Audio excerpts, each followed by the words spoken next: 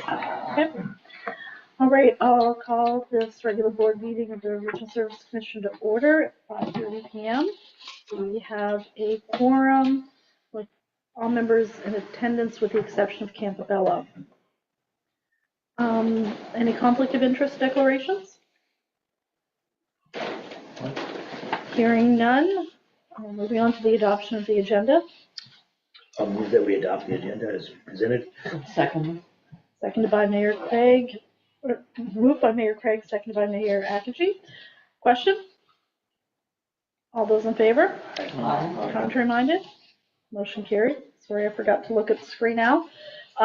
Adoption of the minutes of the board meeting of October 23rd. Move adoption of the minutes. Second. Moved and seconded. Question? All those in favor? Aye. Contrary minded? Motion carried. Business arising from the previous meeting. We have an update on the community wildfire resiliency plan. Yes, thank you. So I got an update from TSI, who are our consultants.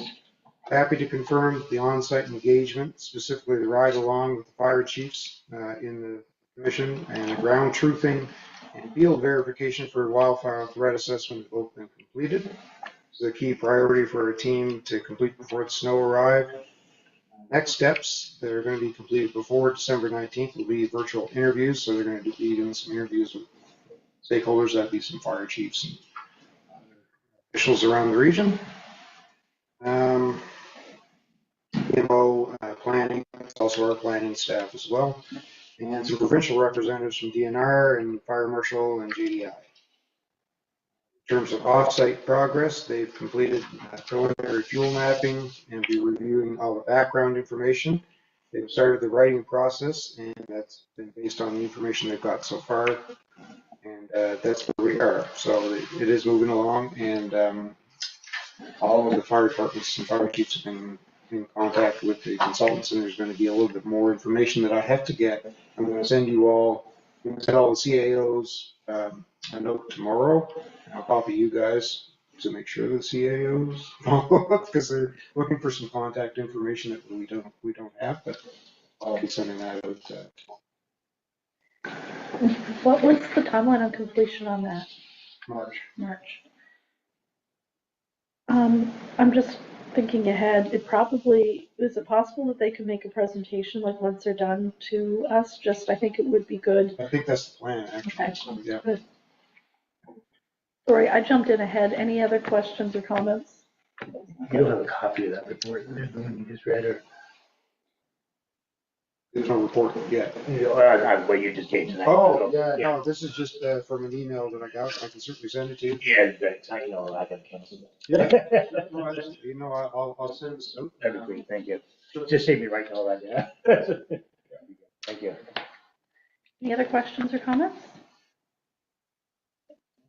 New business, RSC review consultants meeting December 9th. So I put that on the agenda because they scheduled for December 9th. This is the provincial review they're doing of all the RSCs. I've already actually completed this with Kings. And so what happens is they come and they talk to me, and then they talk to senior staff, and they're going to want to talk to you folks as well. But I put that in there because the schedule of how we do that is flexible. So I kind of wanted to find out when you want to do that. When I did it before, it was staff was in the morning, and then they spoke with, well, it's not a board there, but it was, we actually still brought in the reps, as well as the trustee, but we did that in the afternoon. It's about 6 hours total that they'll spend here with, staff and board members and people like that. So, and I think they are open to evening, but I think they prefer to do it in the day. But anyway, I leave that up to your discretion, what you want to do with that. Thoughts from around the table? Would they be willing to do it before year end, or is it better to do it in December 9th is when they want to do it. Oh, December 9th. Yeah, it's a Tuesday night, yeah. That's the night I am council. They want to do it between 10 a.m. and 5 p.m. That's recommended. Oh, during the daytime, yeah. Well, it's not all day. Pardon? It's all day. No, It wouldn't only be, Yeah, Couple hours. it would only be the board, like one of those sessions. They got like 3 or 4 different groups they want to talk to, and the board would be one of them in that time, in those time slots. But Yeah, I'm then tied, again, they may be what? I'm tied up the whole day, so, but I'm only one person. I'm open. I'm tied up all day, Yeah, same as Tuesday. Tuesday, as long as it's not night, then it's okay. I'm tied up that night, the meeting, but I'm good for the day. Just let me know. So it sounds like we only got about 4 board members that would be available. Oh, Dave's, Al? Al's gone. There is. Yeah, You just looking at my available on calendar. the From 10 till when? 5. And where's that gonna be at? I was gonna have it here. Okay, It doesn't have to be here, but The board members would only have to be here for a couple hours. Yeah, yeah. Maybe 1 hour. There wouldn't be that whole period, Al. It Hmm. would only be a couple hours. Tops. couple hours Okay. tops. Yeah. all right, so I should be good. Just Make it- send out an email, Hollis, and then I can put it on my calendar once it's confirmed. Sure. Please. Yep, Me too. I'll make it work if I could, it can be virtual too. okay. I'll make it work one way or another. So, yeah, once you get the time slot, then I'll consider ferry considerations and other work considerations and make a call after that. If it's virtual, I might be able to do it. Well, what time of day do you guys want to meet? The rest of our staff can work around whatever schedule. Is there a time that works? You two both seem to be tied up most of the days. So time really don't matter. What about you? Is there a time that's better for you on the night? John? Oh, great. You pick a time up.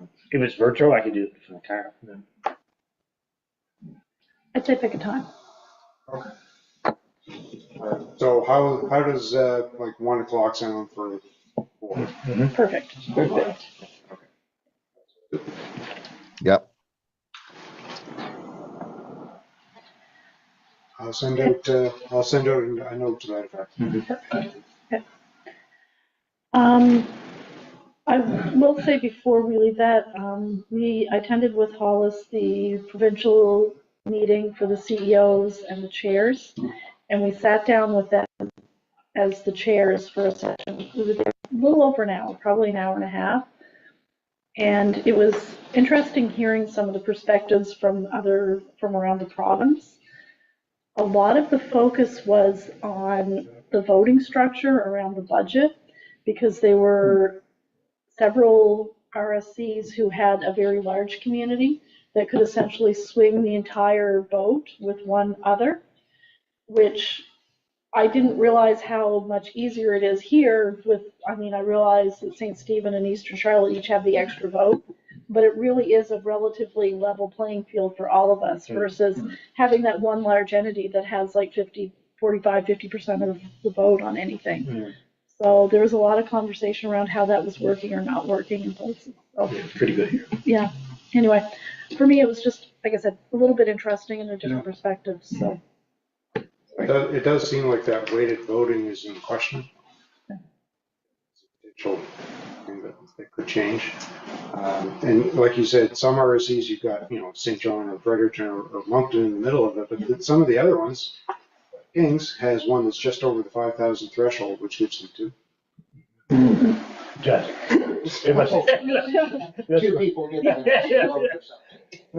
Yeah, and it's like that in a couple of other RSCs too, where it's a little strange that way, so I feel like that one's. So if they drop below 5,000, they lose a vote? Yeah, if you got 5,100 people, you get 2 votes. Oh. So does the rural district in St. John get 2? Yeah. Is there 6,400? Yeah. Okay. Right there. There's a couple of rural districts like that that have more votes than any of the incorporated. Yeah, like I said, it was just kind of, I hadn't really thought about it. I know we joke about it from time to time, but it hasn't really impacted our operations like apparently. So. Right, I've that was never a- seen, I've Go never ahead. seen it actually affect the outcome of our board anyway, because we were all on the same line regardless of how many votes we had. Yeah, Yeah. exactly. That's not the way it is everywhere. No, but I'd be interested to know, yeah. That's just my own personal, I know it hasn't been a conflict here, but personally, when we're asked, I would like to see it be gone. I think it should be a vote for a vote. Straight up vote. Yeah. That's just my own personal. Yeah, I think it's a better idea.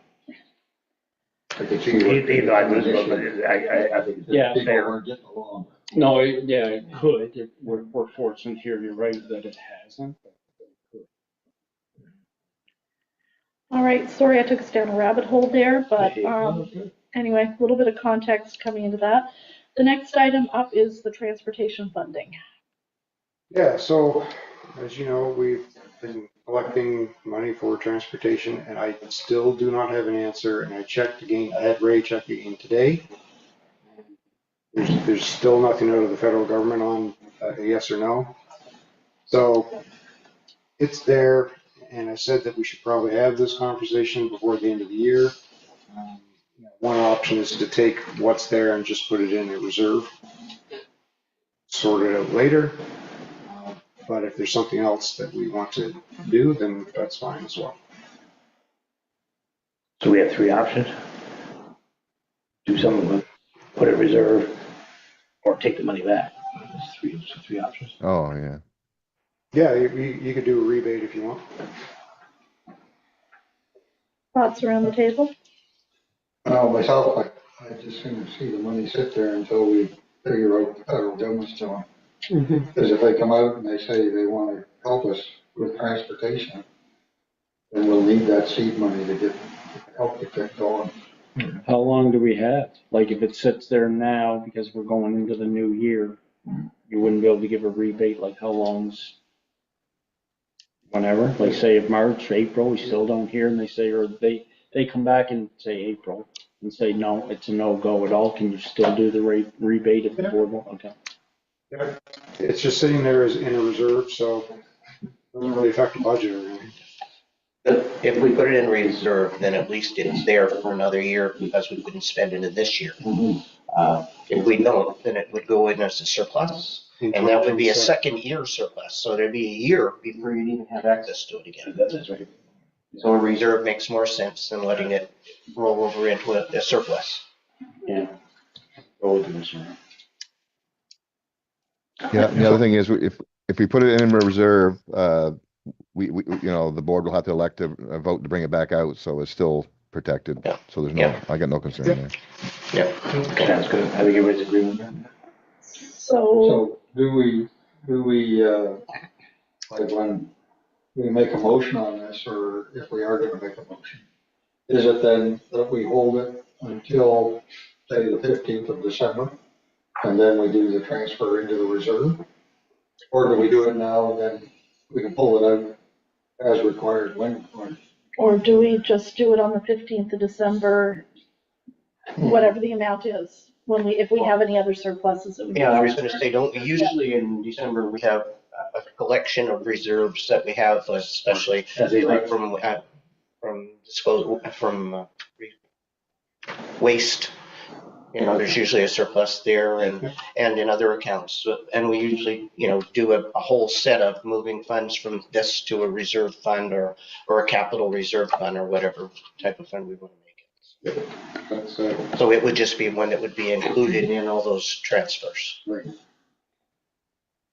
And you're gonna make sure that we have all those transfers that we need to do before the end of the year. Yeah, we meet on the 11th, so. 11? Yeah. Ironically, the next item on the agenda is upcoming motions for transfers to reserve funds. There you go. There you go. Pretty well covered that. Is there anything else we haven't talked about? So just a question, so where are we going with this now? Are we leaving it in the transportation budget line then? for now? My understanding is that on December 11th at a meeting, we will transfer the transportation amount into a reserve fund. Okay, Then, when we do the rest of them, okay? well, that's not far away. Yep, sounds good. Okay. Yes, upcoming motions to transfer for reserve funds. Yeah, so obviously I'm gonna add in transportation. I'm gonna have a transfer of 5,376 from cooperative and regional. Just gonna put it in reserve, it's sitting there. Budgeted a little extra there that we didn't have to spend, so that's there. The big one's gonna be solid waste. It's gonna be 800,000 surplus. This is typical, and because we bought the compactor, we took money out of reserves, out of our capital reserve at 1.2 million.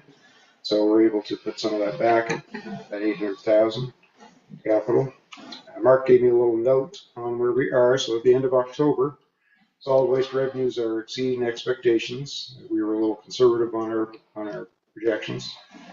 And our machinery and equipment expenditures and fuel and repairs are lower than what we projected. And we are lower on process improvement and landfill up predicted as well. I had some people that were off and moving back up.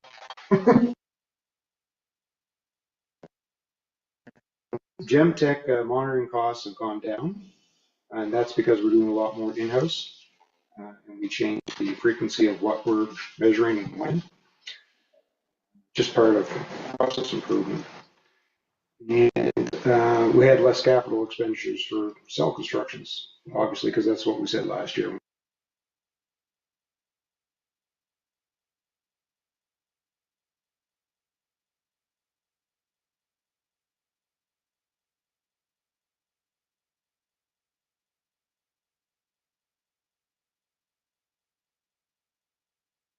We're doing 2, but they're 1.5 times as big. It's a lot more efficient to do it that way. Mike did a whole bunch of stuff back and forth and kind of, so that's where we're going to go. Cell construction,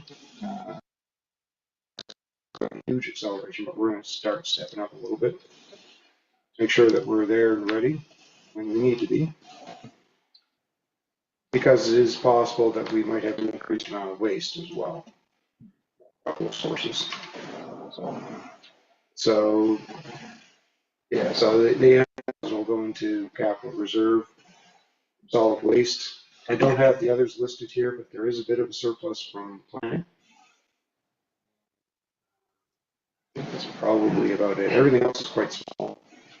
It's too small, it'll just be a surplus in 27. We can't predict the final outcome. That's about what to expect, and meeting is in 2 weeks. I see a question from Al. Yeah, so are we being a little too big on the budget then? If there's a chance of more waste plus this reserve or this surplus. So should we tighten it up? There's a chance of more waste, but I don't have anything definite or signed, so I can't really budget for it. For I can budget based on what I know we're getting today. And when I get into my CEO report, you'll see exactly where we are at waste, and we are pretty well identical to pretty much exactly where we should be, really. But it's typical for us to end up with a surplus in solid waste at the end of the year, and we put that into capital reserve.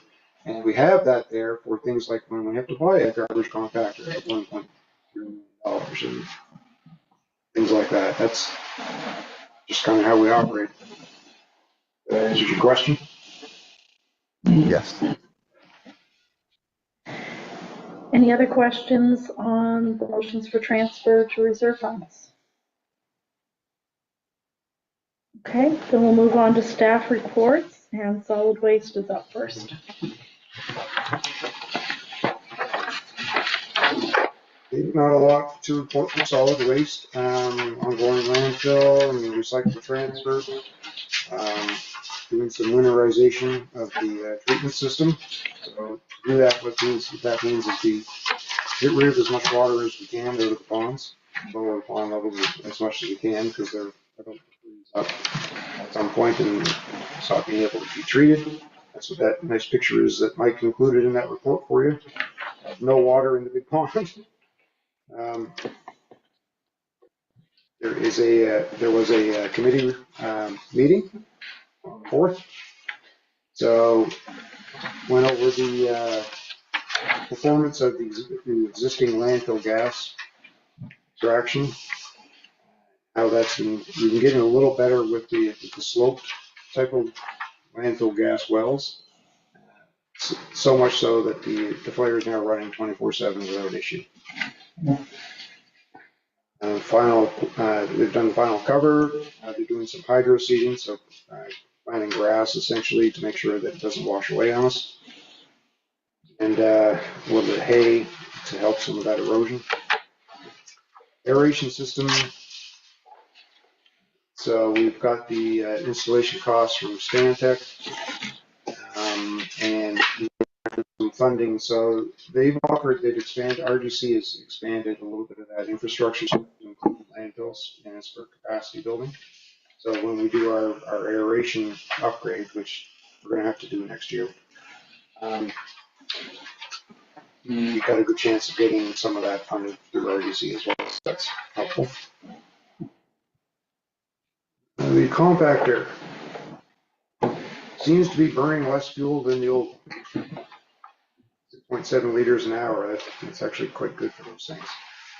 Still working out the compaction. One thing that he was telling me, was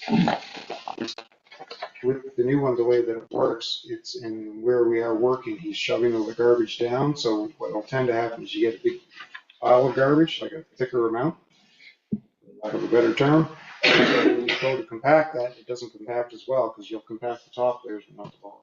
So kind of working that out to get better compaction on that.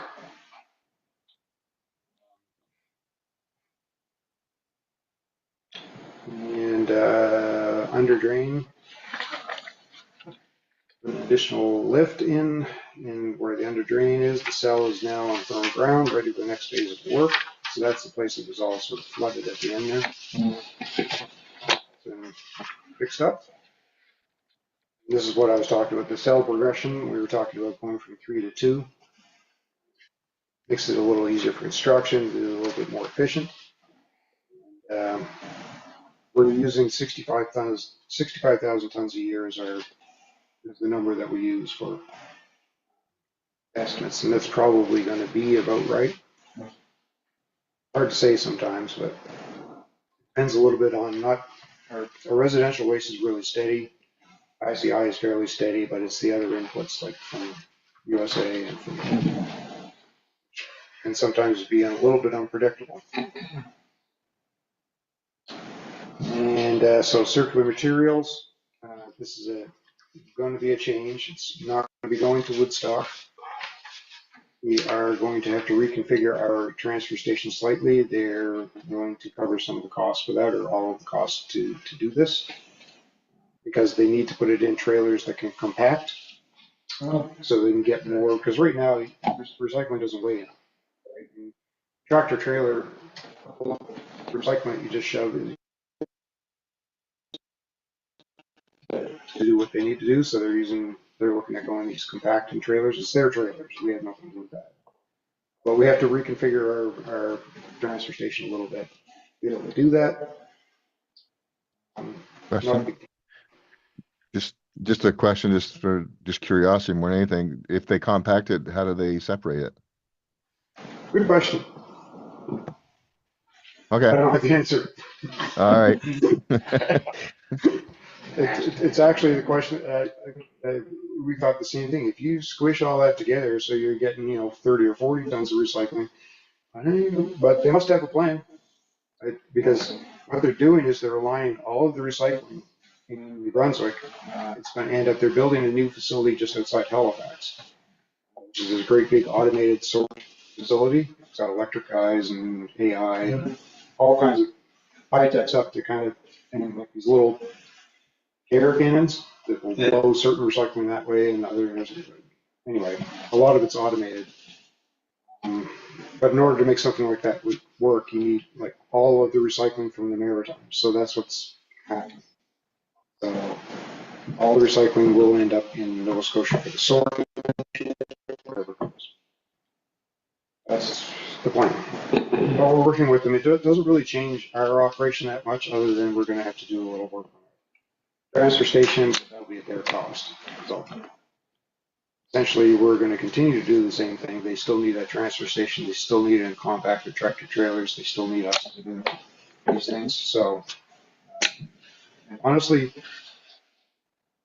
we had a little bit of trepidation going into this partnership with Circuit Materials, but it's actually worked out quite well. They've been quite good. We just did an audit a couple of days ago there. They do, every so often they'll do an audit where they take a bunch of it and it's in one square bag, and then they go through it, sort out, see what your contamination rates are and things like that. So far, so good.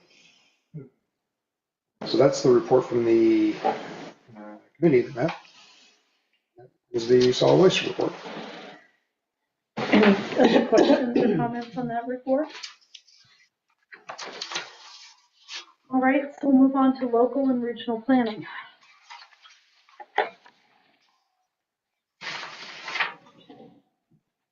Okay, so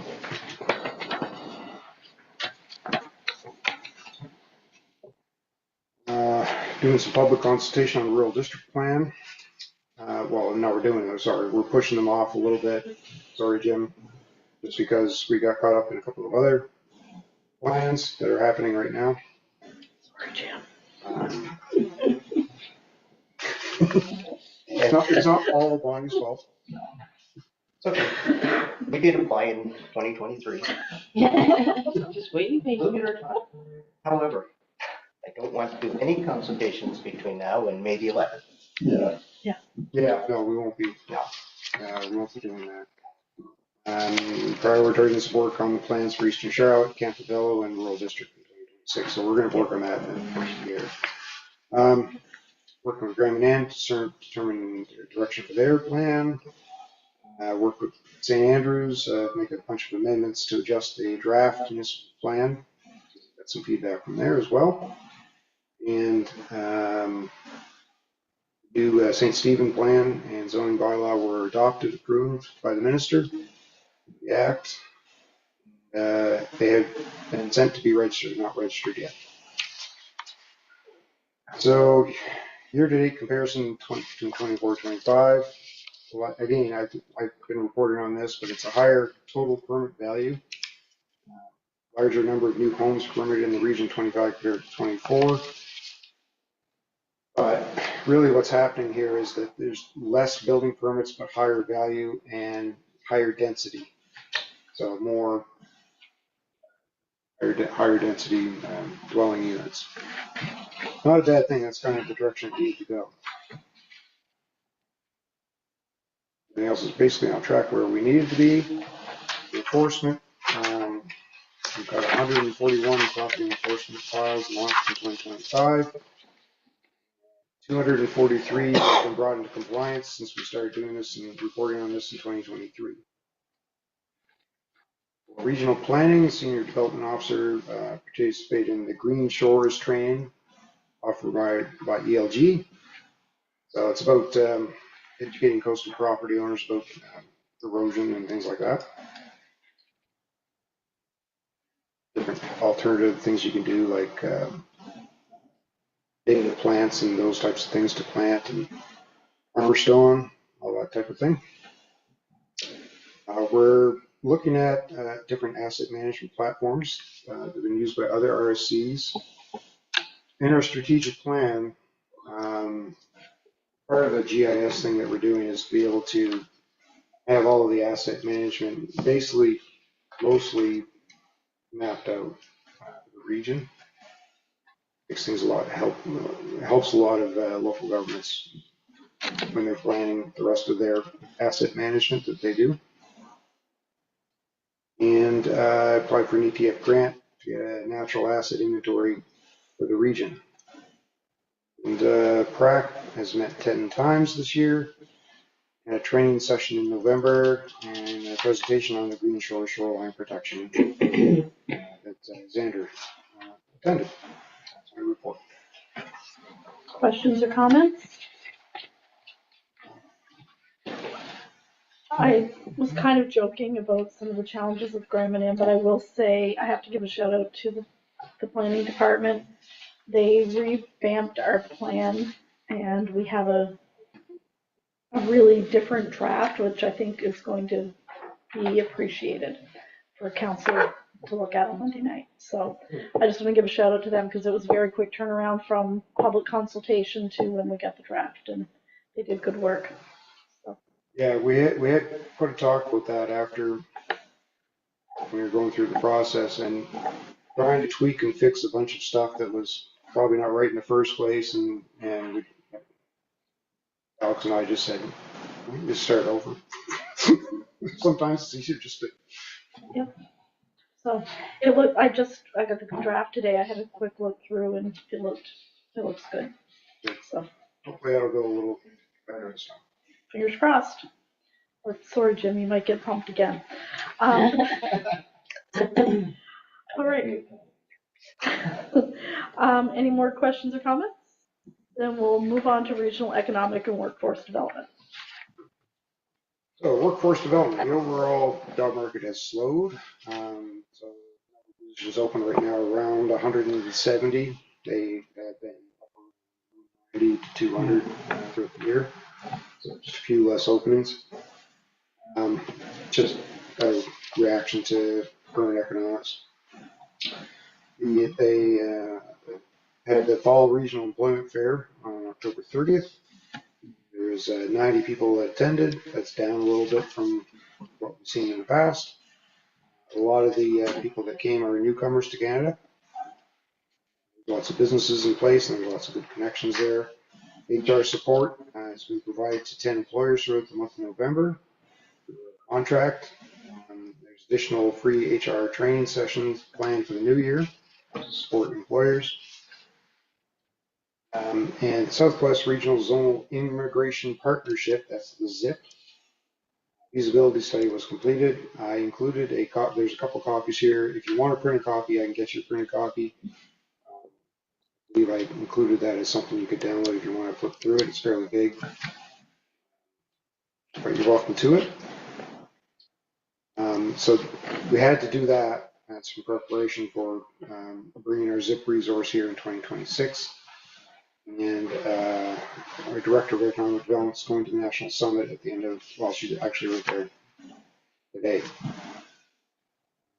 which is about this. So this whole program is about newcomer retention, so it's a fairly important one for us. Investment readiness, so they're continuing with the Huntsman Marine Center to complete the marketing feasibility study, be done in the spring. There's a bunch of data support to different municipalities and community partners. There's 3 unique projects being worked on throughout November. And some property deals are provided to GMB and defense sector proponent for a development opportunity. I have an emergency call out from ONB to a bunch of us about some major projects, so we jumped right on it. I don't know if they've done the tour yet or not, but there was a tour planned at some of the potential sites right around now. And sector update, forestry. Woodland Pulp in Baileyville has stopped accepting softwood Brunswick woodlot owners because of tariffs. That impacts a lot of woodlot owners around here. So there's been a bunch of communications between them and GMB and us. See what support we can provide to them. They're laying off 144 people over there for 4 weeks leading up to Christmas. I think that's not out of the norm for them. Seems like a sudden thing. We'll have an impact.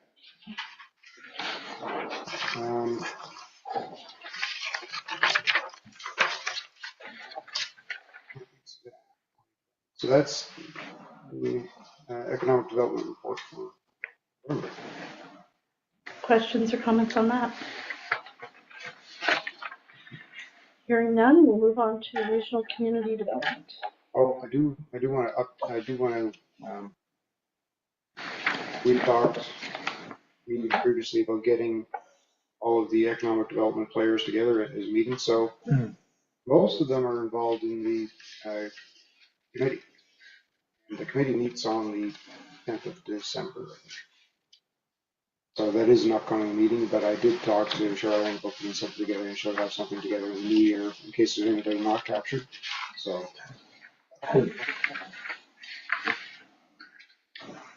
Sounds good. All right, community development. So, the newsletter is, he's getting more and more subscribers, 261. It doesn't sound like a lot, but it actually kind of is. There's a lot of good information in that one. He's putting together some education sessions for the next little while for sector development. There is, he had a board governance workshop. Sari LaBelle facilitated it, had 15 people. Those are really good for all the NGOs, nonprofits in the region to attend. It just strengthens what we're doing, and she's quite good. So the new Horizon Community Developer is active. This is a replacement for Heather. Heather's moved on to a different job. She's still around, but she's doing something different. So they have a replacement for her.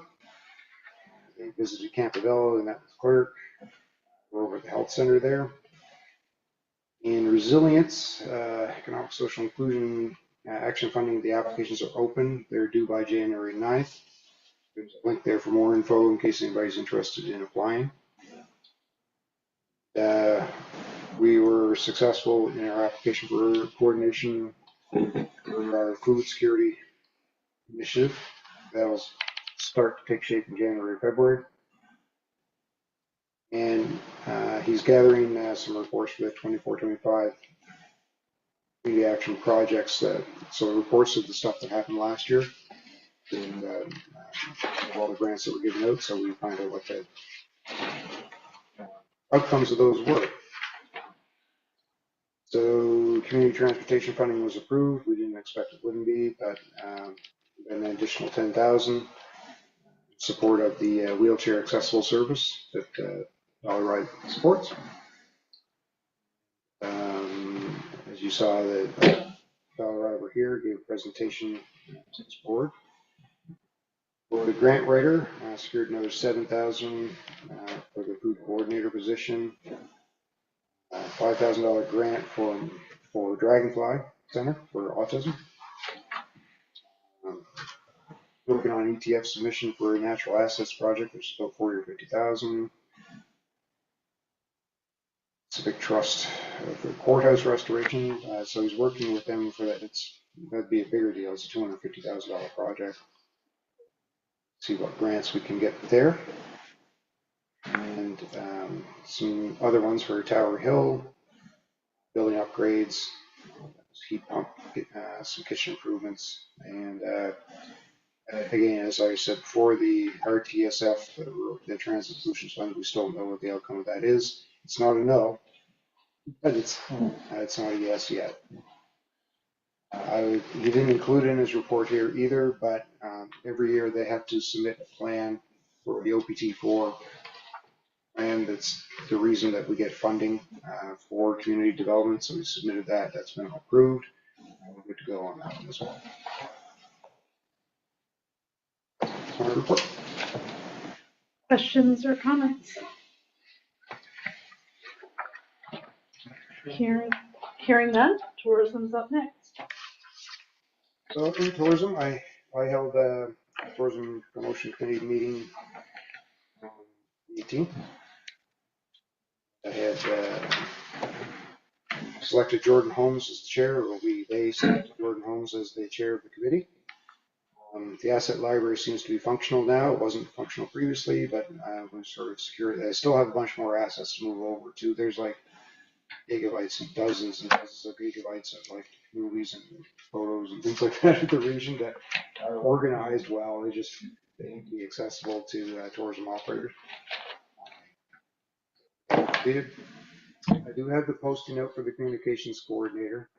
I am receiving applications. Not a flood of applications, but there's applications. So we're reviewing those right now. And we talked a little bit more about the spring tourism, and I think what's going to happen is it'll be kind of a dinner and a keynote speaker combined with a networking opportunity, little trade show, and that's going to be for suppliers to tourism operators. So suppose you provide cleaning services for people that own Airbnbs. That would be somebody that would be there as an example. But also we're talking about a customer service workshop for the employees of tourism operators. So getting better at customer service, I think that would be an important one.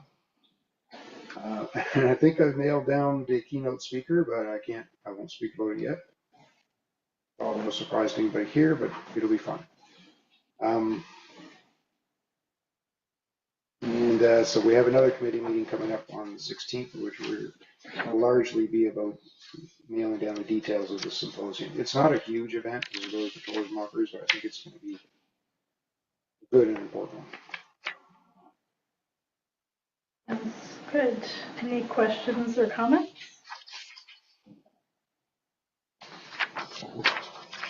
I'm hearing good things back on the tourism committee. Yep. George's a good person. Yeah, good pick. I don't want to be the one to keep doing it. I'm going in for now. So. Heard you're doing a good job, so there you go. Sorry. CEO report is up next. I want to, this is mostly graphs and pictures because I'm typing, so, but you can see from the graphs there, this is what I was alluding to earlier, our waste, if you look at the monthly waste accumulation, we're almost bang on to last year. So we're almost identical neck and neck with 2024, where we are in 2025. Sometimes the months is up and down a little bit, but it's pretty steady right now and pretty much what we would expect.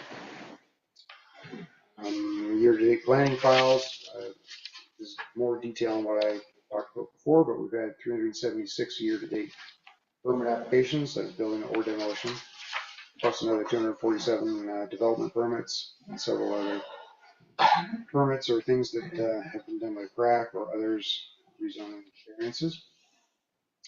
Our website remains fairly strong in traffic. Just on that, I didn't make a note here, so we are, again, doing more and more in communications, so I just want to clarify something for everybody out there. We did not launch a portal. What we did was we bought some banner advertising with a partner that we have been using for years and years.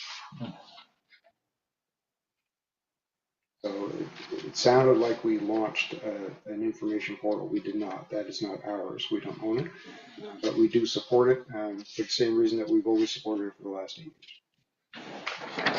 They've got pretty good numbers on that, so should be helpful. And so finally, I've already kind of given you an update on the Fire Smart. I noted it here in my CEO report. But I've already gone over the update of where we are with that. For the St. Stephen Airport, been meeting a little bit with CAOs of St. Stephen, St. Andrews about going forward with the airport. So we're getting a little study done of some potential business cases and things that it would need. It looks promising, but we'll wait for the final kind of results of that report, that study being done, what that could look like. As Chair already alluded to, we were at provincial meetings with all the chairs and CEOs and associations and RDC and ELG and FEDL and every other acronym from the government that was there.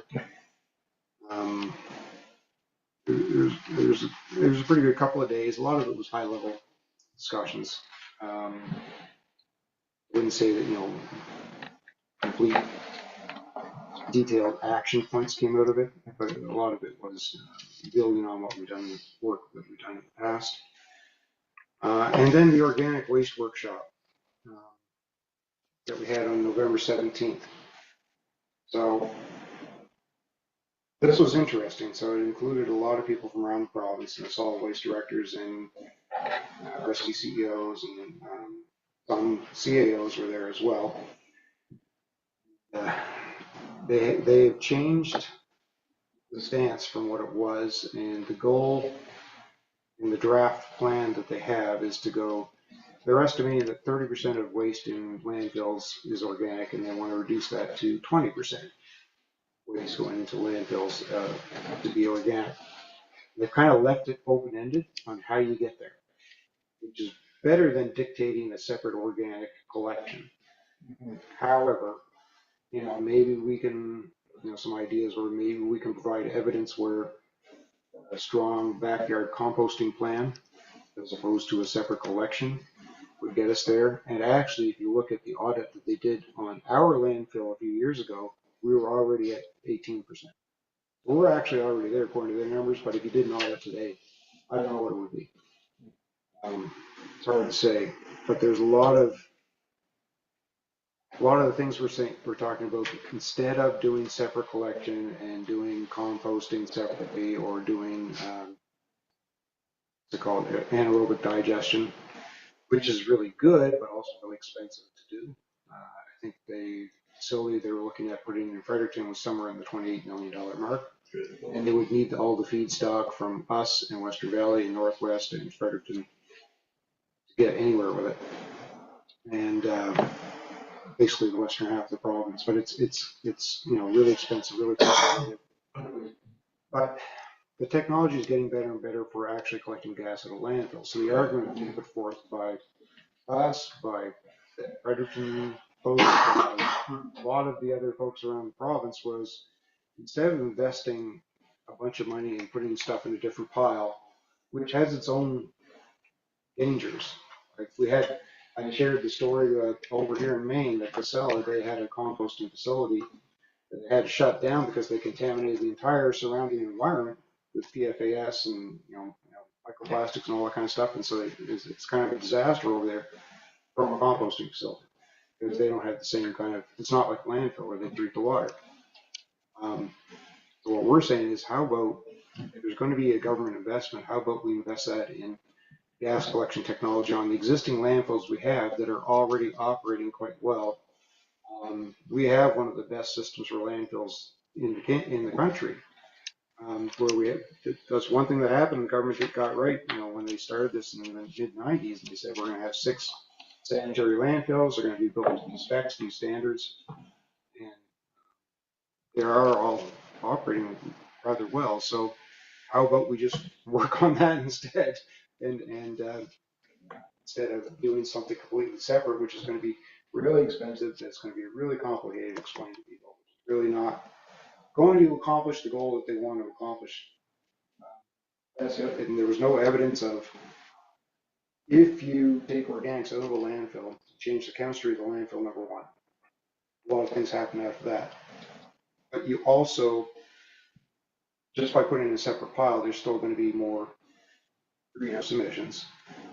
If you have a separate collection, then you're burning a lot of diesel to do a separate collection of trucks. It's just a lot of resources and things that I don't think are going to add up to what it is that their stated goal.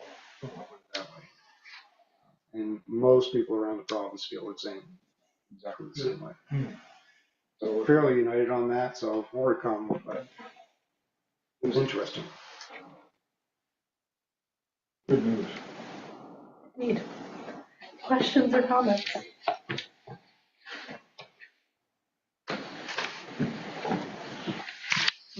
The only thing I will say is, back on the provincial meeting, there was a lot of conversation around the upcoming elections in May and the local governance commission's recommendation on mandatory training and what that would look like. And there was some discussion about offering pre-election training, post-election training, how it would roll out. But that seems to be very much on the forefront of a lot of people's minds, is the recognition that there have been issues, so many issues across municipalities, and some of it could have been maybe diverted or averted if they've done some proper training in place ahead of time and some support. So anyway, it'll be interesting to see what happens over the next. Yeah, one of the ideas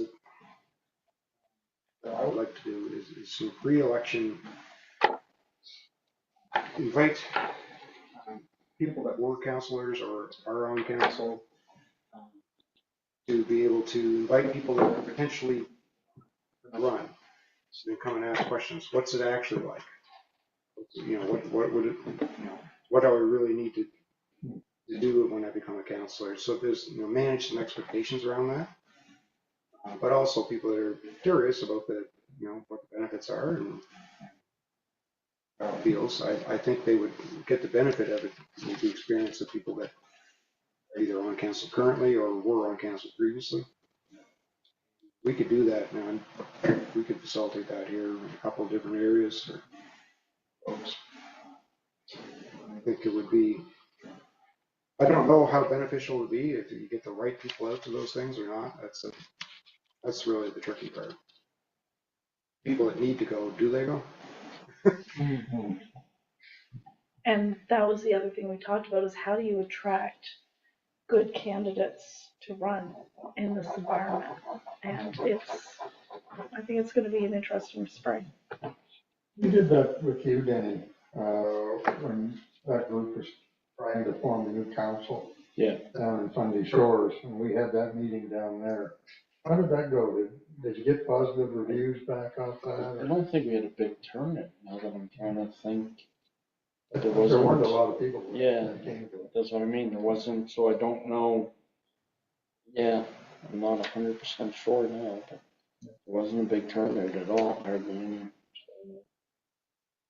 I suppose what came out of it was good, but I don't think, again, who do you get out that goes to it? There's some that just, Yeah.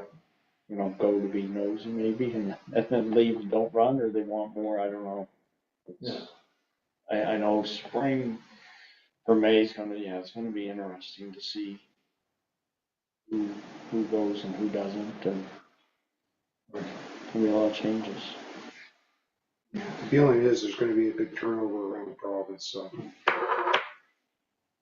I went to a meeting a week and a half ago, and out of the 5 LSDs that were government or came into government, there's only 2, Fundy Shores, and I forget the other one now. There's only 2 of us that are left that are fully functional government. All the other 3 are all under government.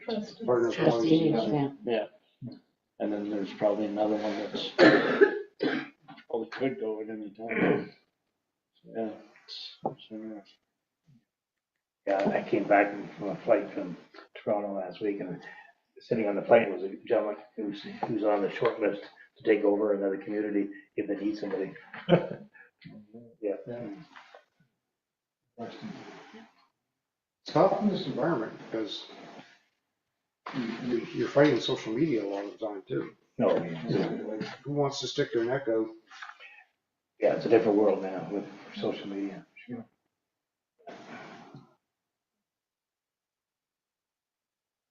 It's going to be interesting. And clearly, Ken, that meeting turned out well because we got Denny, so it must have been worth it. Yeah, So. I was one of the ones that are still on shaky ground. Could change after Christmas. Yeah, Denny, you do a good job. Can we say that for the camera? Yeah, say, the camera we say. You're told me. All right, if there's nothing else in the CEO report, then the financial statement is up next. I'm not going to go through every number here, but essentially we are very well. We're doing well on the expenses. The total expenses up there, you see 75.6%. Target here is 83.4%. Total budget when we get to the end of October. So we're under on expenses and we're slightly over on revenue, which is kind of where you want to be, where our surplus is running to about 960 total for the full commission. And when you look at the year-to-date surpluses and deficits, some of that is because some money hasn't come in yet, or as things have been loaded, so this wouldn't go like this completely, but it gives you a good indication of what we're gonna need to transfer into reserves. So we will get there in local planning, we should probably go to reserve. We already know about solid waste. Yeah, transportation, it says 64,000, but by the end of the year, that's more. November, December. A little bit of community development stuff, we'll have a transfer there. Some of the other ones, economic development, looks like a big deficit, but it really isn't. Straightened out. Get there. And, yeah. I have to take any questions on any of the rest of it. Any questions from anyone? No, we've been following this, we expected those numbers. I do have one other thing to mention, and that is that I'm going to be running, it's not me, a little short-staffed at the end of the year at the landfill for a reason where we're down a couple of people for various reasons. So I am going to offer to buy back some people, so we have somebody there to actually operate the place. Again, there's some people sitting with vacations. And that worked out well last year when we did that. Exactly. It wasn't like everybody, because a lot of people don't have anybody. We get a couple of people back, and that kind of carries us to the end of the year. Right. Sounds good. Better than shutting down. Not an option.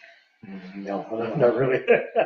We all hear about these things. We don't have the space to hold our garbage for that long, so no, not an option.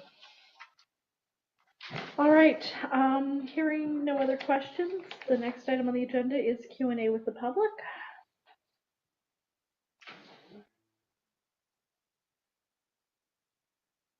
Do not have any. Our next meeting will be December 11th at Dominion Hill, so I'd be looking for a motion to adjourn. So Thank you very much. Thanks, everybody. Thank you. What time, December 11th, what time is the meeting? 5:30 still, or?